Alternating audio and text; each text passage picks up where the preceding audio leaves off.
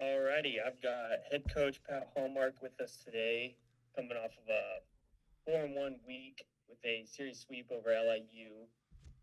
We're looking forward to hosting Houston Christian on Tuesday, Oakland on Wednesday, and then a 4-game series against Youngstown State this weekend. Um, Coach, if you want to start us off with an opening statement, you can go ahead and get started. Yeah, it was a good weekend. Obviously, I think when you go 4-0, it's got to be a good weekend. So bats came alive and continued to throw strikes. So hopefully we can keep it going. Sean? Coach, I know typically early in the season you like to have one or two weekends where you kind of do these 4-game series with a doubleheader. How do you think that benefits your team, and what do you learn from playing those 4 games against a team in a weekend early? Mostly that's about playing games, just getting more baseball games in to more opportunities to evaluate and more opportunities for the guys to show what they can do. So that's the goal. Yeah, 4 games in 2 days with the bad weather was a lot, but it's enjoyable. It's baseball, so that's the goal. And in terms of getting more games in, mission accomplished. So guys got opportunities, and now we got I guess 6 more in the next 6 days or something like that. So we'll see how the pitching's going to be thin just in terms of numbers. We just don't have a lot of pitchers, so hopefully they keep throwing strikes. Jerry, go ahead. Yeah, Coach, I wanted to follow up on your pitching. The starters in particular seem to have good outings each game that you played last weekend. Can you expand a little bit on what you saw from your starters last weekend? Yeah, they're still throwing strikes. I know it probably gets old hearing me say that, but that's where it all starts. Literally, the game starts with the pitcher throwing the ball. So we really hope it's a strike, and we hope to keep throwing strikes, and that's what they're doing. I think I could be off by 1 or 2, but I think we walked 5 this weekend in 4 games, 5 total walks in 4 games, which any coach would love to have. So pleased with those guys. Even the bullpen, they're throwing strikes, so we need to keep doing that. Go ahead, Riley. Coach, we talked about it a little bit last week, just kind of following up on the injury progression with James Tausick. Yeah, I haven't got an update today. I don't think he'll be in there tomorrow. He took a little BP this weekend, not even he didn't even go quite full speed in BP. He kind of felt it out a little bit. In other words, he wasn't just rearing back and letting the bat rip. So he's still got a little ways to go. With the cold weather, it certainly doesn't help. But yeah, I don't think he'll be ready, although I haven't got an official report yet today. But maybe I'm speaking a little bit without a report, but I don't think you'll see him tomorrow or Wednesday. I'm not even certain you'll see him this weekend, but just going off how it felt during that light BP. Go ahead, Sean. Hayden Miller's continued to impress. Can you talk maybe about, how he kind of came on your radar and why he was the right fit for UTSA, and then what's allowed him to be so successful so quickly? When you say came on the radar, are you talking about from a recruiting, like when we Yes, sir. saw him? From a recruiting standpoint. Yeah, he was on one of the top teams in the summer. Is actually a team with Nate Hodge, coached by Nate's dad, Kevin Hodge. He was on their top team, which that organization's top team is.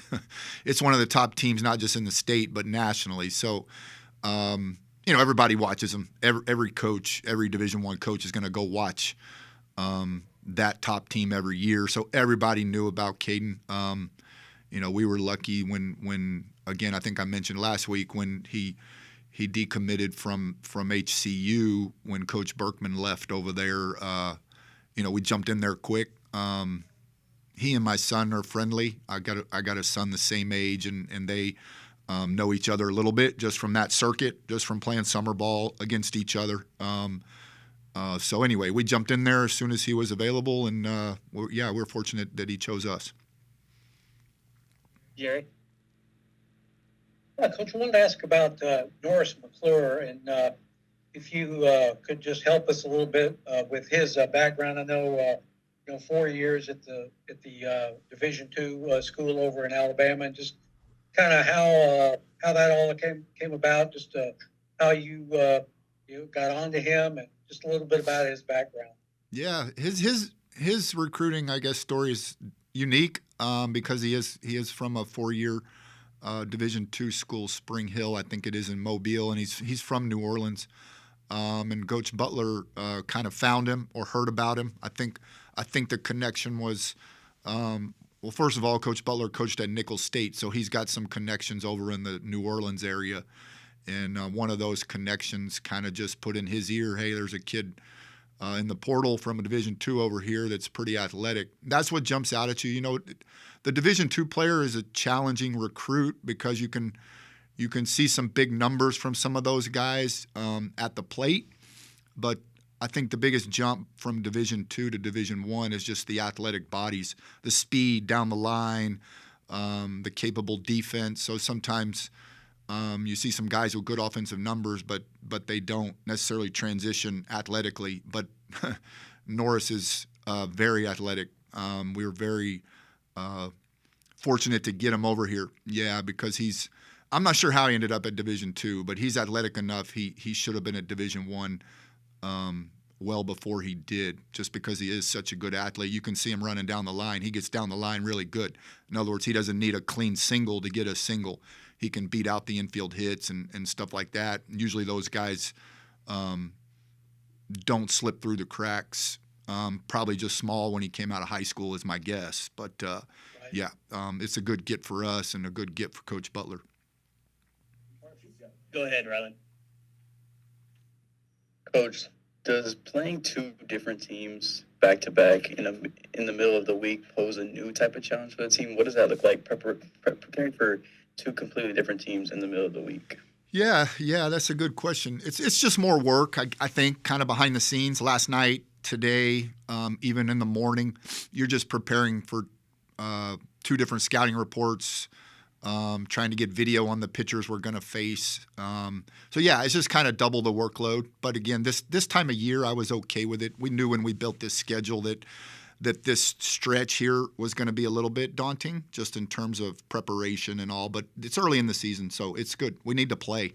We need to play games. And, yeah, we'll be tested a little bit from a depth standpoint, especially on the mound, and a little bit offensively, too, with some of these injuries we have. But it's what we need. It's exactly what we need right now. So we're up for the challenge. Go ahead, Sean. Coach, I know you mentioned you don't feel that your team played poorly despite two early losses, but how have you seen them grow this weekend from the opening weekend? Well, we hit better. We'll see how it plays out in the long run. I do think UTA and Baylor had better arms. LIU's velocity out of their bullpen, it wasn't huge velocity. So we did a good. You still got to hit it. It's not that easy to hit, but we did a good job of forcing them to throw us pitches up in the strike zone. And when they did, they didn't want to. They were nibbling at that outside corner and trying to keep the ball down. But we did a good job of being patient. I think we, between the hit by pitch and the walk, our on base percentage was over 400 in every game this weekend. So that's what was key for us, was just making them pitch up in the zone. And, we hit a few home runs when they had to do that. So the guys did a good job. Go ahead, Rylan. Coach, we've discussed it in the past, and you've said that, good teams have to be able to win on the road. Over the past 2 years, you guys are 44-19 at home, 25-18 on the road, and so far this year, 4-0 at home, 1-3 on the road. How does the team go about improving on something like that? Because it's going to be crucial. You can't play every game at home. So how does the team improve on that? Yep. That's where we're at, and that's what we're faced with right now. I think the first step to improving it is recognizing it and acknowledging it. So, that there is a problem or there is a challenge. That's what we're trying to do and talk about. Like, next couple games are at home. But I think that what you're really getting at, you might not look at it this way, but it's beating good people. And I mean pitching. So right now I'm talking specifically like us standing in the batter's box and defeating somebody on the mound who's capable and competent. In other words, they do a good job. Can we do a better job? And that gets into winning on the road. That's what's going to happen when you get on the road. Is most people play pretty good at their ballpark. So it's a challenge. First step is looking at it, facing it, figuring out, okay, we need to improve here. And then, some skill work, specifically, fouling off the tough pitch, buying yourself another pitch until they do make a mistake. That's what I don't think we did good at UTA, is we did not foul off. We didn't spoil the tough pitch. When they threw us the tough pitch, they got us out. And to be a really good offense, you got to be able to spoil the tough pitch and lay off the tough pitch until you get the better pitches to hit. So that's what we're up against, and we're going to work on it. Go ahead, Riley. It was a great weekend from coming from the plate. You guys got a lot of hits, scored a lot of runs. You're actually 6th in the nation in hits right now, and you're 21st in batting average. How does the team, maintain that? Is it just kind of sticking to the process, or is there something else that goes into that? I guess it's a little bit of what I just mentioned, which is when you do face the tougher people, which it's coming. I think HCU only played 2 games this weekend, so they'll probably throw one of their weekend starters at us tomorrow. And then the first 2 guys, I don't know who Oakland has, but I know the first 2 guys for Youngstown have big velocities. One of them up to 94 and the other one up to 97. So we're about to face some good pitching, is what I'm saying. And again, to carry on what we did this weekend, the key is to spoil the tough pitch. So when the guy hits a corner with a pitch, or maybe the low and away breaking ball that's a strike, we need to be able to foul it off and spoil it and buy another pitch. And then when they throw the tough pitch that's a ball, we need to be able to take it. Again, in theory, it sounds really easy, but you get in that batter's box and you got about 0.08 of a second to make these decisions.